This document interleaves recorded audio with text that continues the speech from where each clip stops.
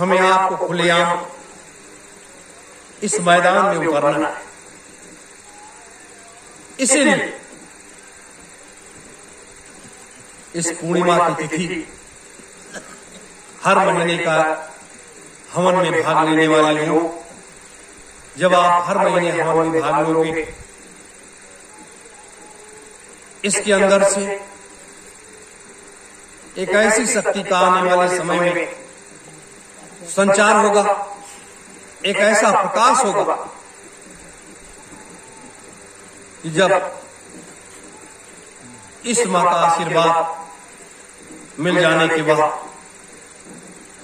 हम अपना कदम अपने लक्ष्य की तरफ आगे बढ़ाएंगे।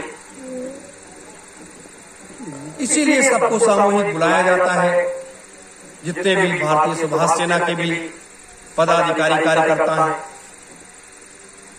या अपने संगत प्रेमीजन हैं, सबको इसलिए बुलाया जाता है कि आप सब लोग आइए और 10-10, 20-20, 50-50 आहुतियां इस यज्ञ कुंड में डालिए।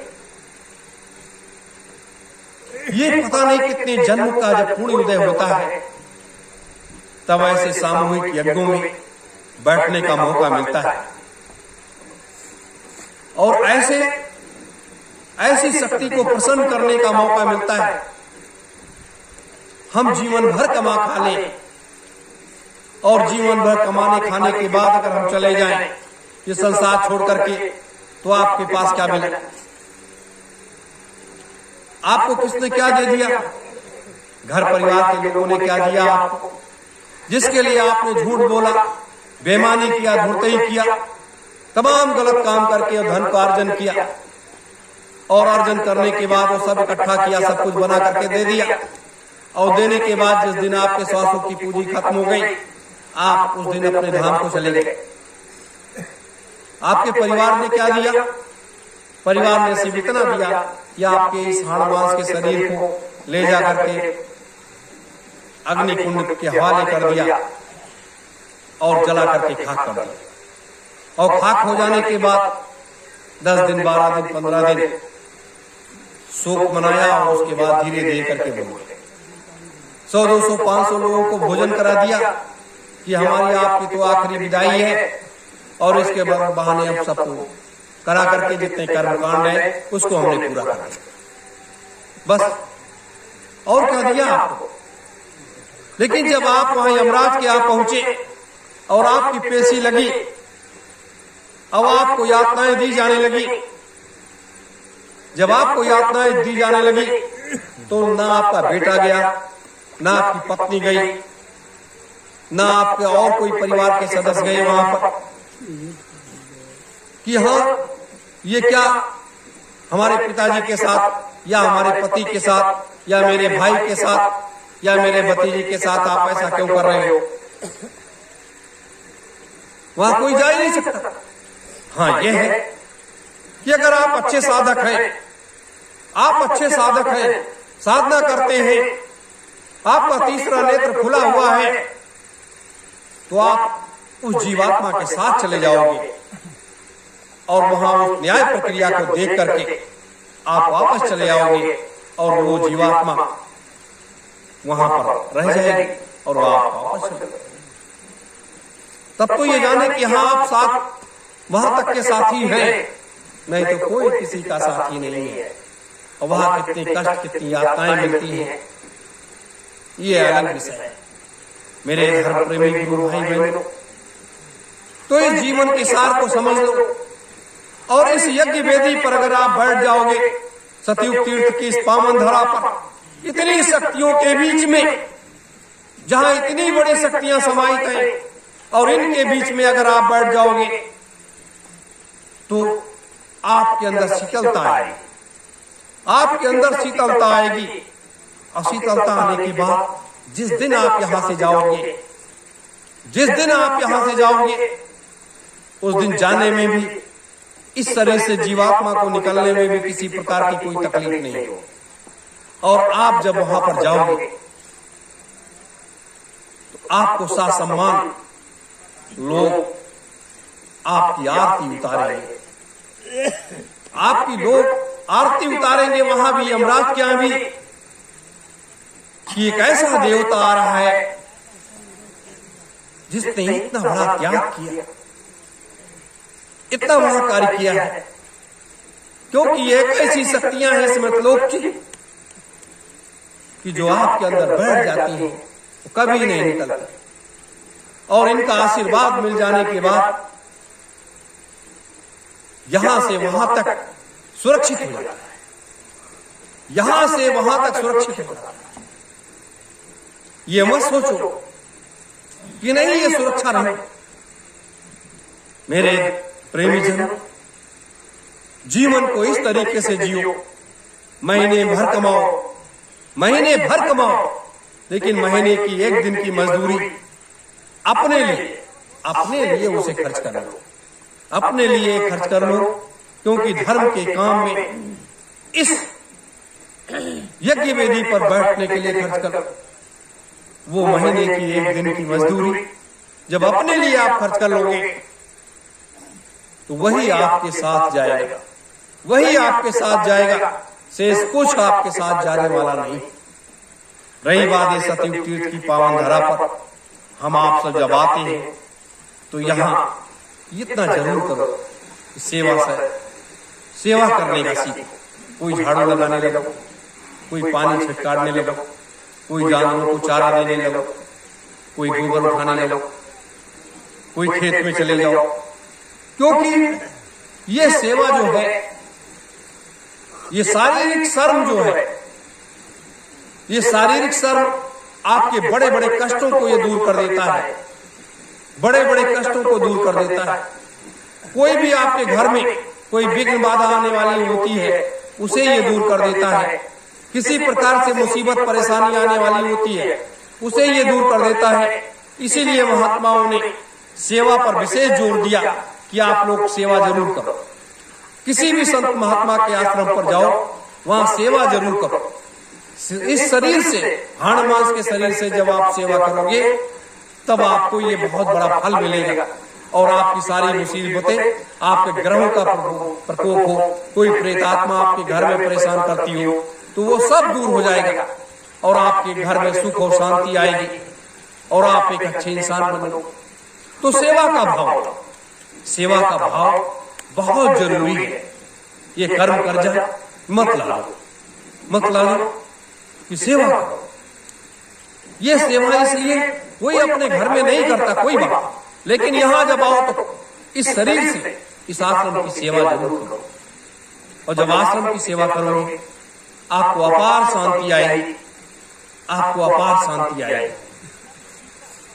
बहुत अपार शांति आएगी। और यहाँ मेरा यही कहना है कि जब तक यहाँ से आदेश न मिले आप लोग आओगे अपनी मर्जी से, लेकिन जाने का मार्ग जो है जब यहाँ से आदेश मिल जाया करे तभी जाया करो, क्योंकि अब ये कष्टों भरा संसार है, ये कष्टों भरा संसार है, और इन कष्टों भरे संसार में बहुत सुरक्षित रहना भी जरूरी है कि हर जगह काल अपने झपट्टा मारता रहता है और बड़ी विपत्तियां, बड़ी बड़ी परेशानियां आती है। मेरे प्रेमी जनों, इसलिए हम आपसे इसलिए आज कह रहे हैं सेवा के लिए कि ये सेवा करना आवश्यक है। भले आप मिट्टी ही क्यों न ढूंढना पड़े, मिट्टी ही क्यों न ढूंढना पड़े, उसके लिए भी तैयार हो। बर्तन न मिले आप अपने गमछे में भर भर करके डालना शुरू कर दो।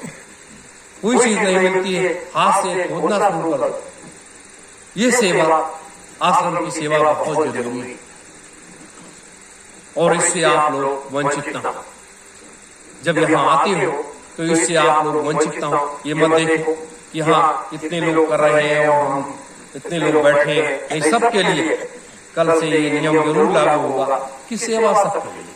खाली बुजुर्ग लोग अपनी जगहों पर बैठे रहे, अगर वो झाड़ू लगा सकते हैं, बैठ करके तो काम कर सकते हैं तो करें, नहीं तो कोई बात। और बात आती है भंडारे की सेवा। भंडारे की सेवा एक ऐसी सेवा है, जब आप वहां पर मेहनत करोगे, भोजन बनाओगे, तैयार करोगे, तैयार करने के बाद इतने लोगों को भोजन कराओगे जब, तो लोगों के जब अंदर जाता है, आत्मा तृप्त होती है भोजन करके, तो वो अंतर में वो आशीर्वाद देती है कि देखो कितने लोगों ने, वो धन्य लोग हैं जिन्होंने ये भोजन बढ़िया, कितना अच्छा भोजन बनाया है। तो आत्मा जो भोजन बनाते हैं उनको आशीर्वाद देती है, और परमात्मा को आशीर्वाद देता है, वो मालिक को आशीर्वाद देता ही है। इसलिए भोजन को बहुत, वो परमात्मा का प्रसाद है, वो गुरु का प्रसाद है, वो आदि गंगा माता गोमती का प्रसाद है, और उस प्रसाद को जैसे भी है उसको हमें आपको ग्रहण करना चाहिए, ग्रहण करना चाहिए। जीवन इसी में हम आप अपने घरों पर अच्छे अच्छे भोजन तो रोज करते हैं, लेकिन संतों के दरबार में जब जाते हैं तो संतों के दरबार में जैसा भी है रूखा सूखा उसको जरूर ग्रहण करना चाहिए। कि ये जीवन हमेशा नहीं है, ये कुछ दिनों का मेला है और उसके बाद फिर सब अकेला है। तो यह कुछ बातें मैंने आपको इसलिए बताई है कि आज हमें आपको स्वयं जागने की जरूरत है और दूसरों को जगाने की जरूरत है। ये सतयुग की पावन धरा, ये सतयुग की स्थापना के लिए काम कर रही है, और नव सतयुग की स्थापनार्थ इस युग में हम आप सब लोग आए हैं, हम आप सब लोग आए हैं। जो जैसा पात्र है वैसा वो अपने रोल को अदा कर रहा है और अपने काम को पूरा कर रहा है। हमें किसी से ईर्ष्या नहीं, किसी से द्वेष नहीं, किसी से जलन नहीं, किसी की बुराई नहीं, किसी की भलाई नहीं, कि किसी की बुराई मत करो। अपने लक्ष्य को देखो, अपने कदम को आगे बढ़ते हुए देखो, अपने कार्य को देखो, और उसी में आनंद और परमानंद है, उसी में आनंद और परमानंद है। एक चीज और बताएं आपको, फिर अपनी वाणी को हम विराम देंगे। ये सतयुग तीर्थ की पावन धरा इस मृतलोक में सनातन सतयुग धर्म के नाम से जाना जाएगा।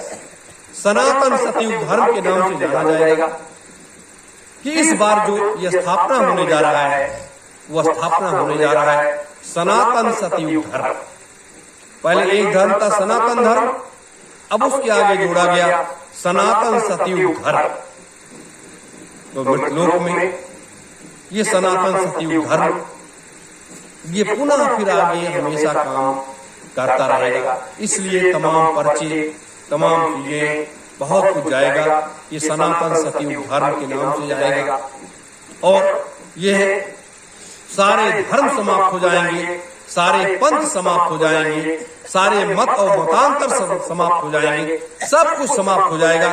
एक धर्म इस मृतलोक में स्थापित होगा, वो सनातन सतयुग धर्म स्थापित होगा, सनातन सतयुग धर्म स्थापित होगा। मेरे धर्म प्रेमी गुरु भाई बहनों, मैंने इसलिए खोल करके इसलिए मैं आपको बता रहा हूं कि आपको समझने की जरूरत है।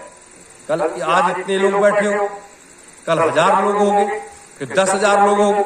जब 10,000 लोग आप पूरे हो जाओगे, जब 10,000 लोग आप पूरे हो जाओगे, तब 10,000 लोगों को इसी ग्राउंड पर बैठा करके, इसी सतयुग तीर्थ की पावन धरा पर बैठा करके, और साधना की वो विधि मैं बताऊंगा, साधना की वो विधि बताऊंगा कि आप कैसे आपका तीसरा नेत्र खुलेगा और आपको क्या करना होगा, और ये आध्यात्मिक कितनी शक्तियां आप उसे अपने अंतर में कैसे आत्मसात करोगे, और कैसे यज्ञ वेदी पर बैठकर आपसे क्या काम लिया जाएगा।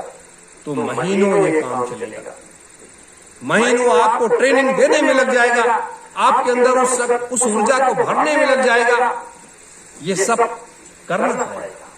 तो हमें ऐसे लोगों को तैयार करना है, जैसे भगवान शिव ने 88,000 घरों से एक एक बच्चे को ढूंढ लाए और 88,000 ऋषियों को यहाँ इस सतयुग तीर्थ की पावन धरा पर बैठा दिया था। 88,000 बच्चों को यहाँ बैठा करके नामदान दे करके उनसे साधना में लीन करा दिया। 75 वर्षों तक वो बैठे रहे। तो उसी तरीके से गुरु का आदेश हुआ है दोनों महापुरुषों का कि 10,000 बच्चे और बच्चियों को तैयार करके आपको तैयार करना है और उनको इस तरीके से उनके अंदर आध्यात्मिक ऊर्जा भरनी है, आध्यात्मिक शक्ति का संचार करना है। ये 10,000 लोग पूरे हिंदुस्तान नहीं, पूरी दुनिया में फैल करके एक नया नवीन संदेश दें। तो ये सारे कार्य अधूरे हैं मेरे प्रेमीजनों। इसलिए 10,000 लोगों की तैयारी हमें आपको तेजी के साथ करनी है, तेजी के साथ करनी है। और उधर एक नया राजनीतिक अभियान आगे बढ़ने जा रहा है कि भारतवर्ष का ये क्या होगा क्या नहीं होगा, इसके बारे में मैं कल बताऊंगा आपको।